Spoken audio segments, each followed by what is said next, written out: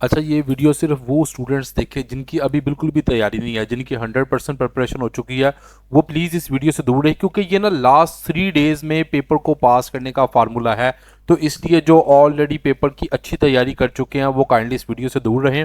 अब सिर्फ मैं उन स्टूडेंट के साथ मुखातिब हूँ जिन्होंने अभी कुछ भी तैयारी नहीं की और वो अभी तक परेशान है कि सर हम किस तरीके से अपने 10th क्लास की सप्ली के इम्प्रूवमेंट के या एनुअल एग्जाम को पास करें, उसका तरीका कार। देखो बेटा, पेपर को पास करने का जो मैं तरीका आपको समझाऊंगा ना, आपने इसको समझना है। आपने सबसे पहले करना क्या है कि आपने 20% जस्ट एफर्ट करनी है और उसका आपने रिजल्ट कितने परसेंट लेना है, 80% रिजल्ट लेना है। इसको बोलते होते हैं 80-20 रूल। ये होता क्या है इसमें, जैसे मैंने आपको बताया ना कि सिर्फ और सिर्फ आपने कितने परसेंट इसके जरिए आपने क्या करनी है, 20% एफर्ट करोगे।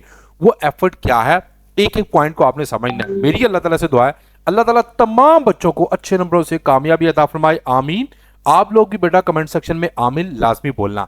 अब बात करते हैं कि सर किस तरीके से हम 20% एफर्ट करें, क्योंकि हमारे पास टाइम बहुत कम है जिससे हमें जो है वो 80% रिजल्ट मिले। देखो बेटा, सबसे पहले आप लोगों ने करना क्या कि आपने हाई वेट टॉपिक्स लेने हैं। हाई वेटेड टॉपिक्स वो लेने हैं, सिलेक्टिव स्टडी करनी है, स्मार्ट नोट्स आप लोगों ने लेने हैं। वो कैसे मैं अभी बताता हूँ।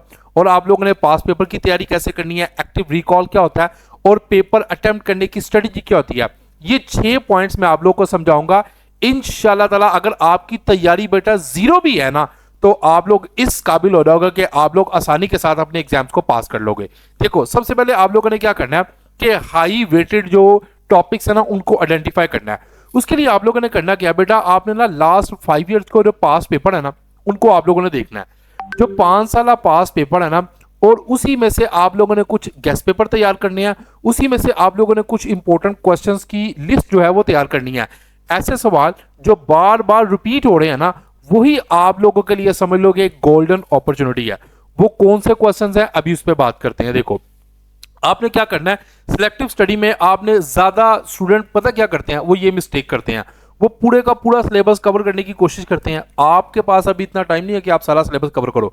आपने सिर्फ उन्हीं चैप्टर्स को आपने डीपली फॉलो करना है जो बार बार पेपर में आए हैं।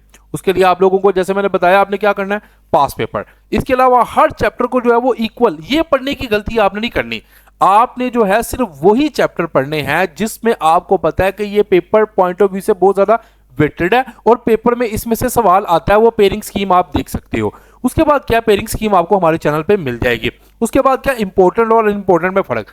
जो टॉपर्स होते हैं ना, वो क्या करते होते हैं, वो फर्क करते हैं। वो देखते हैं कि यार ये क्वेश्चन बहुत ज्यादा इंपॉर्टेंट है, पेपर में बार बार आया हुआ, मुझे ये करना चाहिए। लेस इंपॉर्टेंट जो है ना, आपको उसके ऊपर अपना टाइम वेस्ट नहीं करना चाहिए। सर ये कहां से मिलेंगे आप लोगों को बेटा, ये पास पेपर से आप लोगों ने डिसाइड करना है। टाइम वेस्ट अगर आप लोग करोगे तो आपका रिजल्ट 100% जीरो ही आना है। तो आपने डीप स्टडी करने के लिए आपने क्या करना है, मोस्ट रिपीटेड और मोस्ट इंपोर्टेंट क्वेश्चन जो होंगे वो तैयार करने हैं। उसके नोट्स हमारे पास भी मौजूद है, आप लोग हमसे भी ले सकते हो। इंशाल्लाह ताला मैं आपको उसके नोट्स प्रोवाइड कर दूंगा। स्क्रीन पर दिए गए नंबर पर रब्ता करके आप नोट्स ले सकते हैं। उसके बाद क्या, आप लोगों ने क्या करना है कि आपने ऐसे जो टॉपिक्स है ना जिनके मार्क्स लो हैं, यानी कि ये पेपर पॉइंट ऑफ व्यू से पता है कि यार इसका 1 नंबर बनता है और ये लेस इंपॉर्टेंट है, 50-50 आने के चांसेस है, उस पर आपने बिल्कुल भी अपना टाइम जाया नहीं करना, बल्कि आपने हाई मार्क्स जो गेनिंग टॉपिक्स होते हैं ना उनको तैयार करना है। ठीक हो गया। ये आपका जो है कौन सा है, सिलेक्टिव स्टडी जो है वो आप लोगों ने बेटा करनी है।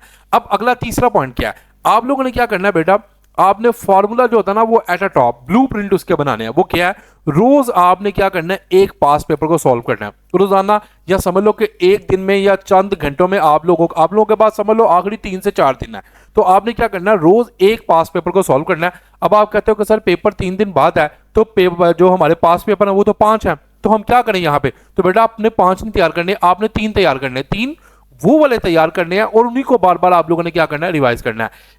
अगर आप लोग ये जो है ना, आप लोगों का समझ लो कि रिवीजन का वेपन बनेगा। तो इसी तरीके से आप लोग जो है एग्जाम्स को आसानी से पास की डेफिनेशन आप लोग तैयार करो, डायग्राम और फ्लो चार्ट जो होंगे वो तैयार करो आप लोग, और इंपॉर्टेंट प्रोसेसेस देखो। जैसे मैंने आपको बताया कि एग्जामिनर का जो स्टाइल है ना, आपने उसको समझने की कोशिश करनी है। कौन सा क्वेश्चन रिपीट हुआ है उसको आप लोग बार बार करो। टाइम मैनेजमेंट जो है ना, उसको मद्देनजर रखते हुए आप लोग देखो कि ये सवाल पिछले पेपर में भी है, उससे पिछले साल भी है, उसको आप लोग ज्यादा अच्छे तरीके से जो है वो तैयार कर लो। अब अगले स्टेप में क्या करना है, आप लोगों ने पहले दिन क्या करना है, उसको जस्ट रीड करना है। उसके बाद आपने उसको रिकॉल करना है, यानी कि बुक बंद करो और आंसर को क्या करो, याद करना शुरू कर दो। उसके बाद आपने उसको रिवाइज करना है। रिवाइज करके जब आपको वो कंफर्म हो जाए, पक्का हो जाए, अब आप लोगों ने उसको बिल्कुल भी छेड़ना नहीं है, उसको लॉक कर देना।